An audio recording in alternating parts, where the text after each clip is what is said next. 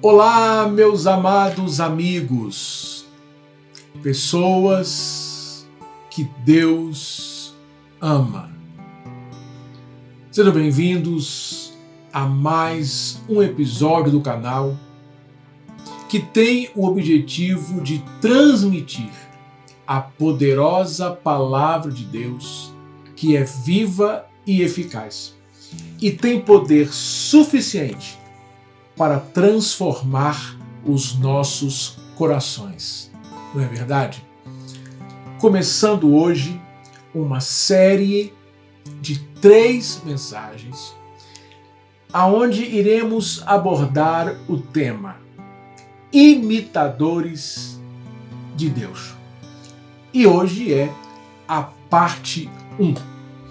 E o texto que vamos nos basear nesta série está em João, capítulo 5, 19 e 20. Vamos ler? Então lhes falou Jesus: em verdade vos digo, que o Filho nada pode fazer de si mesmo, senão somente aquilo que viram fazer o Pai. Porque tudo o que este fizer, o Filho também semelhantemente o faz. Porque o Pai ama o Filho e lhe mostra tudo o que faz. E maiores obras do que estas lhe mostrarás, para que vos maravilheis. Jesus havia curado um paralítico em Betesda. Ele visitou num sábado um tanque que havia nessa cidade, cuja tradição dizia que uma vez ao ano um anjo vinha do céu e balançava as águas, e o primeiro enfermo que caísse dentro dela era curado. E neste sábado que Jesus visitou este tanque, era o dia do anjo vir.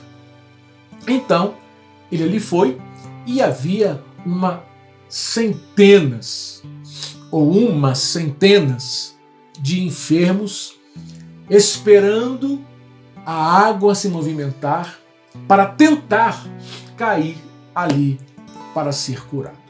Mas ele encontra um paralítico e ali ele tem um diálogo rápido com ele e ordena que ele seja curado. Que ele levante, tome o seu leito e vá para a sua casa. Quando os fariseus viram aquele homem carregando o leito, eles ficaram escandalizados, porque era sábado. E não era lícito carregar um leito no sábado. Então foram confrontar o homem. E este disse assim: aquele que me curou ordenou que eu carregasse esse leito. Os fariseus então perguntaram: quem foi que curou o Senhor? O paralítico não soube falar, não lembrava quem era. Mais tarde, Jesus se encontra com este paralítico, ou ex-paralítico, no templo, e diz assim: olha como tu estás curado. Vigia, viu? Para que se não peque mais, a fim de que coisa pior não lhe aconteça. O ex-paralítico, então, corre aos fariseus e diz que foi Jesus que o curou e mandou ele carregar o leito. Os fariseus, então, começaram a perseguir Jesus por causa disso. E Jesus disse assim: escute, meu pai trabalha até agora e eu trabalho também. Devido a essa fala, os fariseus então começaram a querer matar Jesus, não somente por curar no sábado, mas também por se equiparar, se igualar a Deus. Foi quando então Jesus emite o texto que lemos, o texto base dessa série, aonde Jesus fala assim, que o Filho do Homem, ou o Filho, não pode fazer nada de si mesmo, senão somente aquilo que viu o Pai fazer. Porque tudo o que este fizer, o Filho também semelhantemente o faz, porque o Pai ama o Filho e lhe mostra tudo o que o faz, e maiores obras do que essas mostrará, para que vos maravilheis. Ou seja, aqui o Senhor Jesus está dizendo que ele só fazia aquilo que ele via o Pai fazer. Então, ele viu o Pai curar no sábado. Então ele foi lá e curou no sábado. Só que, segundo a tradição, não se podia fazer nada no sábado. Era pecado. Era pecado contra a lei. Era pecado contra os costumes do povo. Mas Jesus viu o Pai curar no sábado. Isto quer dizer que o Pai não está preso a protocolos, queridos. Se nós abrirmos e abrangermos o nosso pensamento, vamos ver que o Pai, em Jesus, quebrou outros protocolos. Como, por exemplo, quando absolveu a mulher adúltera, que deveria ser apedrejada segundo a lei. Mas Jesus viu o Pai absolver a mulher adúltera, então ele a liberou. Vai e não peques mais. Era, segundo a lei, proibido tocar num leproso. Nem sequer poderia se aproximar dele. Mas quando o leproso foi se encontrar com Jesus, ele tocou no leproso e o curou, deixando toda a sua pele limpa. Segundo a lei, não podia de forma alguma tocar num defunto. Mas Deus, em Jesus, tocou no filho da viúva de Naim e ele ressuscitou dentre os mortos. Então, o que nós podemos concluir? Que Jesus era um imitador de Deus.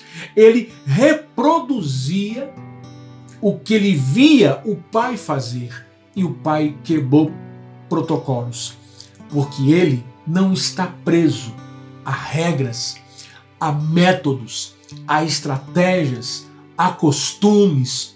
Deus está preso na sua vontade, no seu querer. Ele não está preso a datas, a festas, a eventos, a reuniões, a cerimônias, a rituais. Deus está preso à sua vontade. E o que atrai a sua vontade? Aquele que faz a vontade dele. E eu quero trazer para você aqui o que realmente atrai o Pai. O que realmente faz o Pai se mover, agir, se manifestar. Amém? E quando você entender o que realmente move o coração de Deus, você também não será mais preso a protocolos. Porque nós, eu e você, precisamos também, como Jesus, nos ver no Pai, nos enxergar no Pai. E quando isso acontecer, nós vamos entender que regras, costumes, ditames, protocolos não nos prendem, mas o que nos faz andar, o que nos faz avançar é seguir na vontade do Pai. E o que o atrai?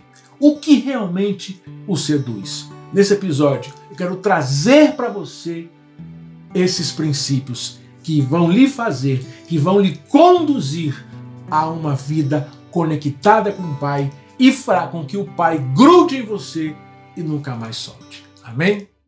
Então, a primeira ou o primeiro princípio que nós podemos ver que se nós praticarmos vai atrair o Pai, vai mover o Pai, é uma vida quebrantada. Olha o que diz o Salmo 51, verso 17. Salmo 51, verso 17 diz assim: sacrifícios agradáveis a Deus são o espírito quebrantado, coração compungido e contrito, não o desprezará, ó Deus. Coração compungido e contrito, Deus não despreza. Compungido é uma palavra que significa isso: aquele que está cheio de arrependimento e foi tomado por um excessivo sentimento de sensibilidade. O Pai está conectado a pessoas que têm um coração arrependido, inclinável a reconhecer as suas falhas, as suas limitações, os seus erros, os seus pecados, sensíveis à mudança. E também o coração contrito, que é o que se sente arrependido pelos pecados e ofensas a Deus e que se sente mal por ofender alguém. Deus está conectado a essas pessoas que, quando fere os outros, fica muito mal por dentro e logo vai para reparar, para se reconciliar e estabelecer a paz. Deus está buscando pessoas assim, que, por causa disso, temem a sua palavra. Amém? Por serem compungidos, por serem contritos, quando estão diante da sua palavra, eles temem a fim de praticar. Olha o que diz Isaías 66, verso 2, que é um texto fantástico. Eu amo esse texto, que diz assim: porque a minha mão fez todas estas coisas, e todas vieram a existir, diz o Senhor. Mas o homem para quem olharei é este, o aflito e o abatido de espírito, e que treme da minha palavra. O aflito e abatido de espírito pode ser comparado também ao compungido e contrito. Então, aquele que é aflito de espírito, abatido de espírito, compungido e que tem o coração contrito, este é uma pessoa quebrantada, do hebraico nishba, que quer dizer bem quebrado, ou seja, totalmente desconstruído diante da presença do rei.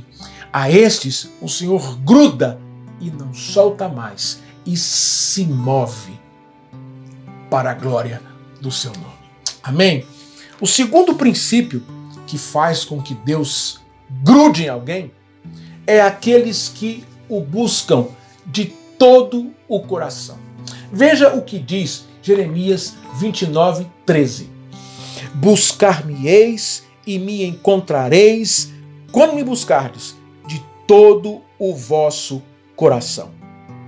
Ou seja, aqueles que se entregam totalmente na relação com Deus, o próprio Deus se deixa ser encontrado por elas. Uma vez, Jesus disse que o nosso amor pelo Senhor precisa ser de todo o coração, de toda a alma, de todo o entendimento, ou seja, completo, inteiro. Porque se não formos inteiros para Deus, não adianta. Ele não vai se atrair por nós. Ele se manifesta numa entrega total e absoluta.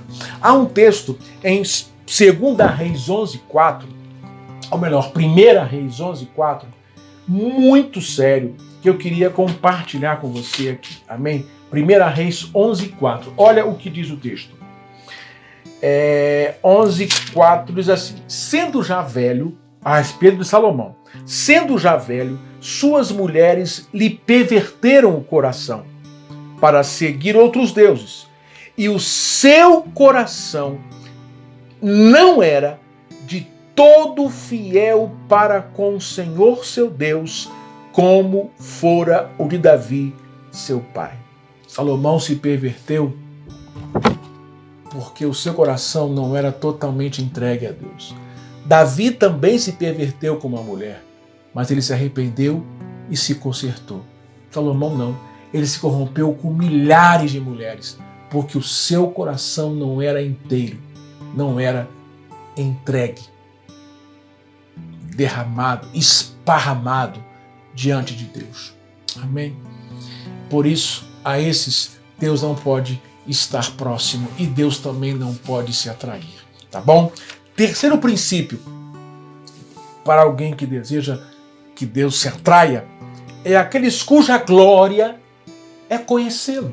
Olha o que diz Jeremias 9, 23 e 24. Jeremias 9, 23 e 24 diz assim. Jeremias 9, 23 e 24. Cadê aqui? Assim diz o Senhor: não se glorie o sábio na sua sabedoria, nem o forte na sua força, nem o rico nas suas riquezas. Mas o que se gloriar, glorie-se nisto, em me conhecer e saber que eu sou o Senhor e faço misericórdia, juízo e justiça na terra. Porque destas coisas me agrado, diz o Senhor. Pessoas que, apesar da força que têm em alguma área da vida, da sabedoria que possuem para certos assuntos e das riquezas que adquiriram ao longo da existência, não se gloriam por causa dessas coisas. Mas a sua glória, o seu prazer é conhecer a Deus, saber que Ele é Senhor e entender o que realmente o agrada. Observe uma coisa: conhecer a Deus os fazem humildes, porque abrem mão de si mesmos para conhecê-lo. Saber que Ele é o Senhor não os deixam sentir-se superior a ninguém, porque ele sabe que tem o Senhor. Então sua força, riqueza e sabedoria não o permite se sentir acima de ninguém. Entender o que o agrada os torna ensináveis, porque sempre está aprendendo o que vai alegrar o coração de Deus. Então, meus amados irmãos, esses são os princípios que aqueles que desejam estar conectados com Deus e desejam que Deus esteja conectado com eles precisam seguir e praticar. Mas você pode me perguntar: pastor, o senhor está dizendo que eu não devo obedecer os costumes, as regras, os métodos, as estratégias da minha igreja? Não, eu não estou dizendo isso. Eu estou falando que a essência da sua fé não está nessas coisas. E se você acredita que está, ou te ensinaram que a sua essência está na prática desses costumes, desses métodos, dessas estratégias, eu lamento lhe informar que você está inserido num sistema de farisaísmo que não tem valor algum espiritual. Porque para Deus o que importa é a condição e o estado do seu coração. Amém? Não importando o que você faça de forma externa. Se o interno não estiver agradável a Ele, não tem valor algum. Tá bom? Que Deus o abençoe tremendamente e na semana que vem voltamos com o segundo episódio de Imitadores de Deus. Até lá.